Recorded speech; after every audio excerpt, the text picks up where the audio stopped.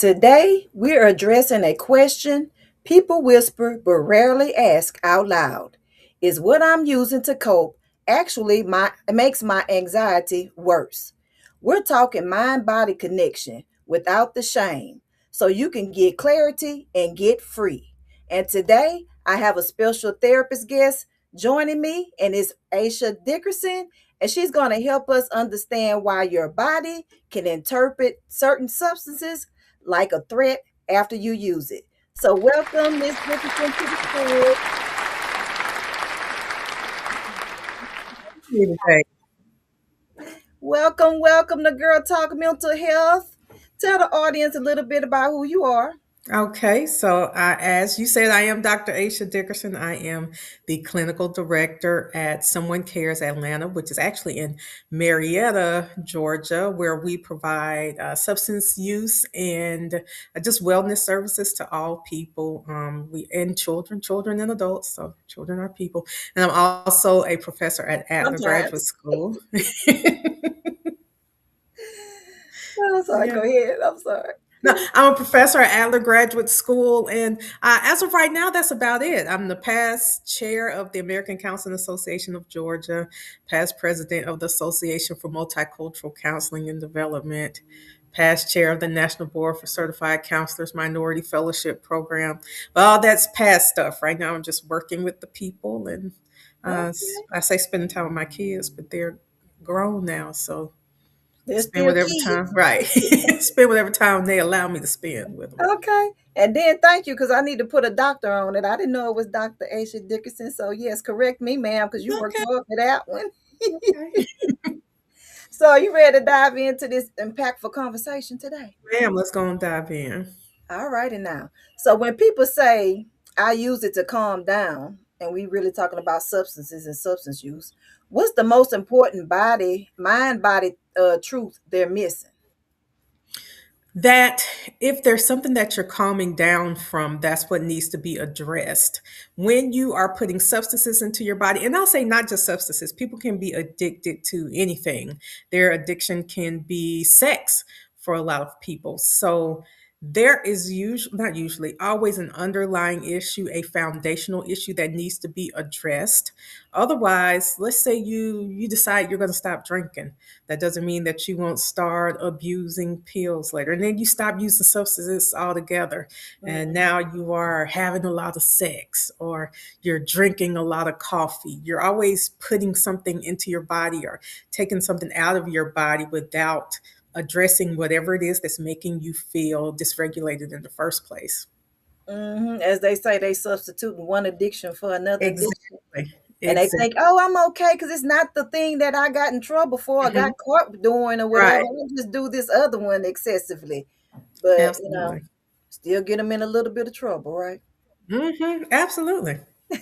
I mean, even when you're thinking about things like gambling, which can mess up your money flow, take away from your family resources. If you are, let's stick with sex because I've said it enough on here already, and it's something that a lot of people don't like to talk about. But it can influence your relationships if you are on your partner too much or they're not giving you feel like they're not giving you what you want enough, and then you start to seek what you need in other places, whether that be from porn and then you develop a porn addiction, or from another body and other people, or just attention from other people. It's like, well, Mm, why are you wanting so much attention? What is missing in your life that you feel like you have to seek whatever you need from outside sources? right. So, what are some of the things from your experience, especially in your practice, that people are usually needing to work on versus just addressing the substance use? A lot of times it's healing the inner child. I know that that's people are talking about that a lot now because TikTok has everybody kind of halfway addressing their mental health issues. But there are things that have happened in your childhood that either you have decided that you aren't identifying as trauma, or you don't define it as trauma because it's been normalized in your family, but maybe you were getting beat then and it was called a whooping, and that's okay, and maybe you weren't bruised up, but now you're flinching every time your partner just raises their voice, or someone offend you and you immediately start to get in defense mode, and you're fighting and you're screaming just because you're afraid of what might happen if you can't explain yourself quickly and loudly enough. So number one, that addressing these inner child issues, and also just basic stressors in life. I believe that a lot of people, especially this, I'm going to say newer generation, don't want to just put everything on the new generation, but they haven't been taught how to just deal with normal stressors. There can be a piece of selfishness to it sometimes. But we're seeing a lot of people jumping between being too selfish and being too giving, and not finding that perfect medium in the middle. Hmm. That's good. That's correct. Yeah, I mean, I think the younger generation, like they say, is that microwave, that quick fix, that gimme. Everything Hmm. is what I want and what I need, and not considering other people, which is also a part of the could be the cycle of the use of the addictions as well, is because they don't know that part of that gratitude and empathy and all of those other healthier emotions, quote unquote. Yeah. Right. Searching for instant gratification, which, Hmm. life is just, things aren't going to come instantly. You're not going to get rich overnight. If you do, you've probably done something illegal, and then you're going to end up going to jail overnight. Hmm. People want all this, they say they don't want to be love bombed, but in relationships, that's what they want. They want you to give them everything up, for give me the flowers, take me on a trip next week, show me you want me. And it's like, but what are you giving, in return? And not just in your romantic relationships, and in your work relationships. You want your boss to make sure that he or she or they pay you on time, but you don't show up to work on time, and Right. you don't work the whole 8 hours. And then, if you're fired, is, oh, they've discriminated against me, they've done me wrong. I mean, it's just, the work ethic sometimes is not there, but they still want the rewards. And that is kind of how a lot of the substance addiction works as well. You're not putting in the work to make yourself feel better. You want that instant Mhm. gratification that a substance can give you, and the rewards that it gives you immediately. And the need for that immediate gratification, you're not considering the what the outcome may be in the long Yeah, so run. they missing that reciprocity part, you know, Yes. like they just want to receive how they want to receive, and they don't want to give people what they deserve to get back in return, for Mhm. whatever it is that they gave out or whatever. So yeah, that's some good pointers. But can you break down the part about the nervous system rebound and how that can look, especially day after people do their substance use or their addiction, or even hours later? How does it Yeah, affect the nervous system? it can be a short term or long term. When I like to use one example I like to use when talking about that is coffee. It's not something that a lot of people consider to be an addiction, but a lot of people are addicted to caffeine whether or not they realize it. And sometimes they don't realize it until they don't have it. That immediate thing that they may notice is that I'm tired the next day. Oh, I can't have my coffee the next day. For my class, I teach a co occurring disorders class, and for 21 days, they have to give up something. It doesn't have to be a substance, Mhm. but it can be social media, it can be sugar, it can be coffee. But every student who gives up coffee, and they have to journal about it, in their first journal, they talk about the first day I was so tired. I just couldn't figure Mhm. out what to do. My brain was in the fog. And then the next day I had these horrible headaches. I thought it was a migraine. I had to take some ibuprofen because your body's actually going through withdrawals now. Mhm. First, it was just the I need it, and your body's not has not figured out how to wake up naturally because you haven't gotten your sleep pattern under control. And the next day you have these physical symptoms of my head hurts. The caffeine's not in my body. I can't get enough for it. I didn't even realize I was this dehydrated. I'm constipated because I was also using the coffee to get me move, get my bowels moving in the morning. Whatever it is, your body hasn't figured out how to do these things in the natural way. So again, we can feel good right when we do it, but our nervous system, our brains, our hearts, you may experience heart palpitations just because your heart's trying to Mhm. figure out how do I beat normally without this stuff. Right. Your body has to get back to being normal without substances. Now, again, not just substances. People have some of the same feelings from substance, the same feelings that they get from some substances, they get from things like social media, the Uh-huh. attention, they're addicted to the likes, the people caring about them. And to them, this social media world is a real world. And without these friends and without this attention and approval, I'm depressed or I'm anxious. I mean, I Right. have seen young people who will post on Instagram or TikTok, and they check it every 5 minutes. Did I get another like? Are checking who it was. Did such and such like it? Why didn't they like my post? Uh-huh. Oh, who And- is this? It's like that adrenaline rush, whether right, like you say, whether it's substances or social media or gambling or sex, is just something about that adrenaline rush, and it's connected to that nervous system. That once the nervous system not getting that adrenaline rush, hmm it's kind of got to detox off of it. Like, what do I do without right, this adrenaline rush? And then it has you up with panic attacks or whatever, because now your body has to react in a different right. way, that it doesn't think that's normal, which it is normal. So the normalcy of the unhealthy things is gone. So the body don't know what to do now.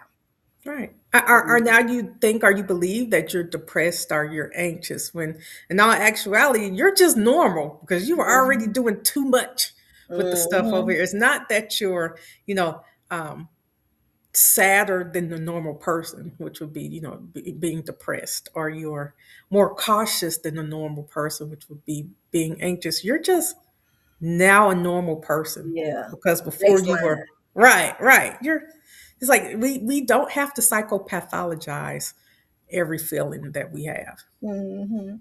Or they like it to be so hyper or like Mhm. hyped up or like on 1,000, as they say, or whatever. Then when it goes normal, they think something wrong because it's not that, that the gap where it's hyped up at Right.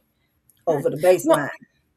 and that's why it's hard to treat things like mania or certain types of bipolar disorder because Mhm. mania feels amazing. Yeah. When someone is manic, they can be up all day and get so much done and be productive and I'm happy and YOLO, spend all my money, spend my check and get it right back and all of that. And then the mania is gone and it's and my money's gone and my friends are gone and I've ruined Right. my relationship. And my energy's gone. Right.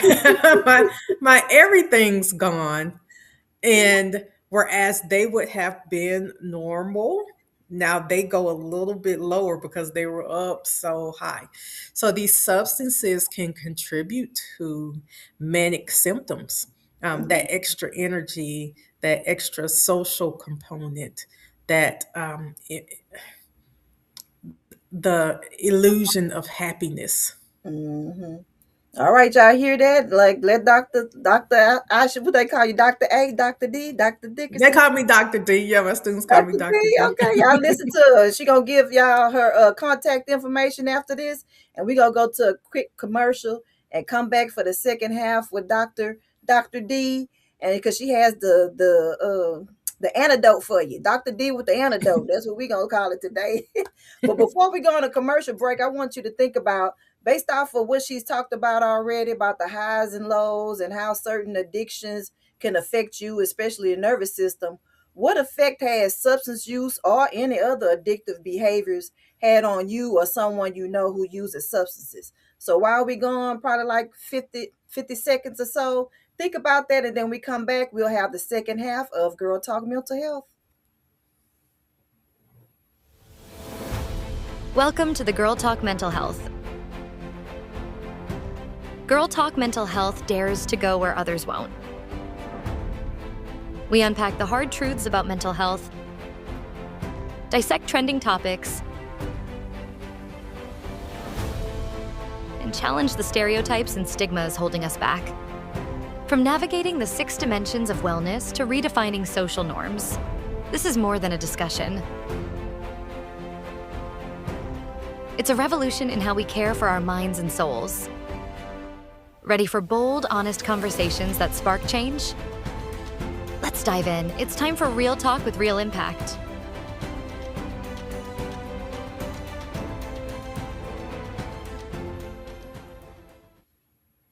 All right, well, welcome back to the second half of Girl Talk Mental Health. And before we left, you were supposed to be thinking about what effects has substances or addiction have on you or someone that you know, which would bridge us into our next question. And she answered some of that, gave us a little precursor, the first half of Girl Talk Mental Health. So you might need to go back and rewatch it or grab your homegirl, girlfriend, boyfriend, whatever. But we want to talk about anxiety a little bit. So, what are some of the most common substances and or addictive tendencies that you see linked to increased anxiety symptoms, and what patterns usually show up? Definitely for older people, I say coffee, but caffeine in general. And for younger people, when I say younger, I mean 20s, teens, the energy drinks. And we know there are some increased rates of anxiety in our younger generations, kind of because of some environmental things. A lot of them were growing up during the COVID era and afraid to get sick and seeing people die. And we have a lot of racial trauma and things that they genuinely contribute to normal anxiety. So the first thing I want to say is that a lot of anxiety is normal. It is in place to keep us safe. Mm, You know, usually people don't have to teach people that snakes are dangerous. We know, they may bite you, even if it's a garden snake. You don't know anything about them. All that you know is that there are some snakes who may bite you and can kill you. So we stay away from snakes. We may be aware of our surroundings when it's dark, not because we've been mugged or anything has happened to us, but just because we realize that I cannot see as well at nighttime. So something may happen to me. So some anxiety is natural. Now, the thing about it is when we have feelings of anxiety, there are physical symptoms like our heart beating faster or our temperature changing. It can feel like we are being more active even when we're sitting still. Those energy drinks are going to make you feel the same way. Your heart is going to beat faster. You may sweat like you're working out. But then if you're not actually working out, I mean, you're taking a lot of times energy drinks that are supposed to be used as, I say, a pre workout. You're mm, taking something that's pre workout and then you're sitting still. You're being sedentary. And your body is like, move, move, work me out. I'm supposed to be doing something because you put this stuff in me. mhm, That feels like anxiety because your heart is beating out of your chest. And so that is why the way our bodies work, we can exercise and have the same feelings. We can exercise and still feel, not have the anxiety. We can wear ourselves out and be ready to sleep at night so that we don't wake up tired in the morning. So the biggest substance uses that I see that contribute to things like anxiety are caffeine and energy drinks. Now, those are legal. Of course, mhm, the most illegal substance I have seen is THC, but that's mhm, because in some states it is legal. So it's one of those mhm, things where we as practitioners can't even say it's right or wrong to use marijuana because the truth is in some states it's either legal or illegal, and depending employment on where too. you live. The employment don't allow, even if it is legal in that state, some of these good Right, jobs do right, not allow substance use. right. So it's consider what you need it for. There is medical marijuana, and there are some medical reasons that it is useful for some people. But for the people who say, "I just need to calm down," or "It helps me go to sleep," that's a problem. Right. We Because why aren't dependent you on it. sleeping? Right, right. Why there's again, like I said in the beginning, an underlying issue to why you aren't sleeping, or Right. an underlying issue for why you can't calm down in the first place. Let us as therapists help you find your peace so that THC is not what you feel is your only way to have peace. Because then when you are addicted to that, or you make that just the normal part of your life, when you don't have it available, Now you're a problem to everybody else. They're Mhm. like, where is his somebody go get this man some Right. weed. He Now need he's this getting on because he out of control. everybody's Yeah. nerve, right? We Mhm. don't like who you are without it. And you may Then not that's like like who you are co-signing, without it like, oh, either. I do need it because they saying Right. to be, cool, calm, and collected or whatever it is. But it's two things I want to pivot off of what you just said. One, I'm glad you brought up the energy drinks because these days I haven't even been thinking about energy drinks that much. You know why? Because vaping has been the thing for Hmm. these kids and this young adult, some old adults too, but mostly like the young adults where I hadn't even been thinking about energy drinks. I've been thinking about that vaping. When you were saying that, I thought you was gonna talk about the vaping when you went to THC. But what you have you had a lot of clients come in about the vaping or whatever? Do you see like that's taking over some of these other substances and issues with the substance use and anxiety? So I think that the vaping can seem like it's a bigger issue because it's illegal and because young children aren't or teenagers aren't supposed to have access to it. So it's one of those things where yes, it may be an issue, but maybe and I won't even say not as big of an issue as we think it is because there are a lot of health issues that are now being tied to vaping, and the children are using it for anxiety. They're being caught with it a lot more. Mhm. But I still stick by that as the energy drinks because they can run by the gas station and pick those up in the morning. Right. Nobody's paying Yeah. any attention to it. Yeah. Yeah. And That's true. we're seeing that more than alcohol. But now vaping is a lot. I have a child in high school and she talks about people vaping in the bathroom or friends who, is like, I don't know what's wrong with him or her. They're just doing all this vaping. And I've had clients who vape. I say that in quotes because they would drug test them and they don't even test positive for it. So like you don't even know what you're doing. Number one, you may not even be breathing in, but also a lot of times these kids don't even know what they're getting. Like Mhm. it's like the similar to the fentanyl crisis where people are thinking that they're using opiates and it's fentanyl because you don't know what these people are selling you. And so you're going Absolutely. into all these little vape shops and these gas stations and you just don't You just don't you know. just don't know. And children, their prefrontal cortexes aren't fully developed, so they they They can't just really the make same good thing. decisions. They They think it just looks mhm. cool, and somebody I like is doing it, and this fine boy is doing it. But let me try it too, and I vape too, because I'm so and it's like the word anxiety seems to be cool these days, because I'm anxious. My anxiety. Yeah, It's like, yeah, yeah. I need to calm my anxiety down. Like that's the thing, like you say now, like to say that certain type of thing. So that the second thing I wanted to pivot off of what you said earlier is about how people don't address the underlying issue, mhm. that the reason why they're doing the other things that they're doing. Why you think people don't want to face those certain things that they need to face? Because there's still a stigma around, not as much of a stigma around mental health as there used to be back when I was in school. Mhm. People had issues and they kept it a secret. They had family members who had certain issues and they were kept in the basement. They just knew to keep that person away from all the other kids. But now the children are, to their credit, and this is a positive thing. They are more open about their issues and their feelings. But again, those underlying issues may be in the home, and that's where the stigma comes from. Mhm. And My it's like parents may be people. screaming at me, but I don't want anybody to know that they're a bad parent because I still Mhm. love them. Not a bad parent, but that they could use some better parenting techniques because they're still my parent. And also parents who are like, still don't talk about what's happening in my house. Don't go outside Mhm. this house talking about what's happening in my That's house. the big one. That hasn't changed and that's not going to change. People don't want you to know what's happening in their home. And for children who have heard the horror stories from their friends and family members about what it's like to grow up in foster care or in a group home, they don't want to end up there. So they're not going to tell you what's going on in their home as well. So now you have this anxiety of what may happen at home and also what may happen at school if I actually tell somebody about what's happening at Mhm. home. Well, you So know that what? keeps All this it could be just cured by vaping. I could just zone out and not care about what's happening, right. period.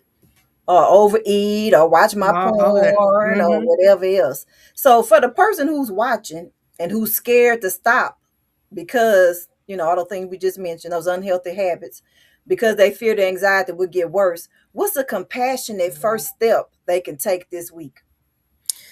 The first thing that I would suggest is journaling. I know people say, therapists say journal, journal, journal all the time. You may not like to write. I don't really like to write either. It make my hand hurt. But you could type things in your notes, or you can just do a voice recorded journal to kind of sometimes get those thoughts out of your mind. Sometimes it helps just get it out of your mind. And it can be helpful to talk to a friend, but at the same time, we don't necessarily want you just trauma dumping on your friend. Now, if Right. you're trying to get off a substance, the great thing about journaling is you can journal about how you feel now, journal about how you feel when you're taking that substance, journal about how you feel as you're coming off of the substance. Then you're able to look back on what it looked like before you got to that point. And you can even see, was there a positive change? Was there a negative change? Do I need to go to the doctor and consider being put on some medication? Because some people do just need medication, and it doesn't Right. have to be anything too hard or too deep. And sometimes it might be whatever gets you to a place where you're doing something healthier. That's good. I never thought about the journal about your mood and how you are before you use your substance or your addictive behavior, while you on the addictive behavior, and then after. Like, that's good. That's a good one. So let the Thank you. audience know where they can reach you at if you have something going on, where you're located, so they can get in touch with you for more information. Okay. You can find me at my website is ashadickerson.com. If you are looking for counseling services, I am seeing clients through Someone Cares Atlanta, and our website is the number one catl.org. So that's S1C atl.org. I was like, yeah, that's correct. And if you're interested in going to school and getting into being a counselor yourself, I can be found at Adler Graduate School, and our website is alfredadler.edu. Okay, that's interesting. So I appreciate you coming and gracing us with your information today. This is going to be very helpful for other people. Y'all make sure y'all go and connect with her, look up on social media, find out what she has going on, and make sure you go back and rewatch. Hook up, give us your thoughts about how anxiety has been affecting you, and make sure that you share, journal, take some of the tips that she did and use them throughout your life to help you with your anxiety. So, any closing remarks before we go for today? No, just thank you for having me. And to all of you, do not underestimate the importance of exercise. It is the most underused I say substance, underused thing to combat depression and anxiety. So if you find 30 minutes, 15 minutes there, get up, take a walk, do some squats, something, get your blood Uh, flowing. all right. So, thank you all for tuning in to another episode of Girl Talk Mental Health, the Therapist Takeover, all 2026. So, see you all next week. Go back and subscribe, rewatch, and do the work. Thank you for joining us for Girl Talk Mental Health. Remember, your mental health is your wealth.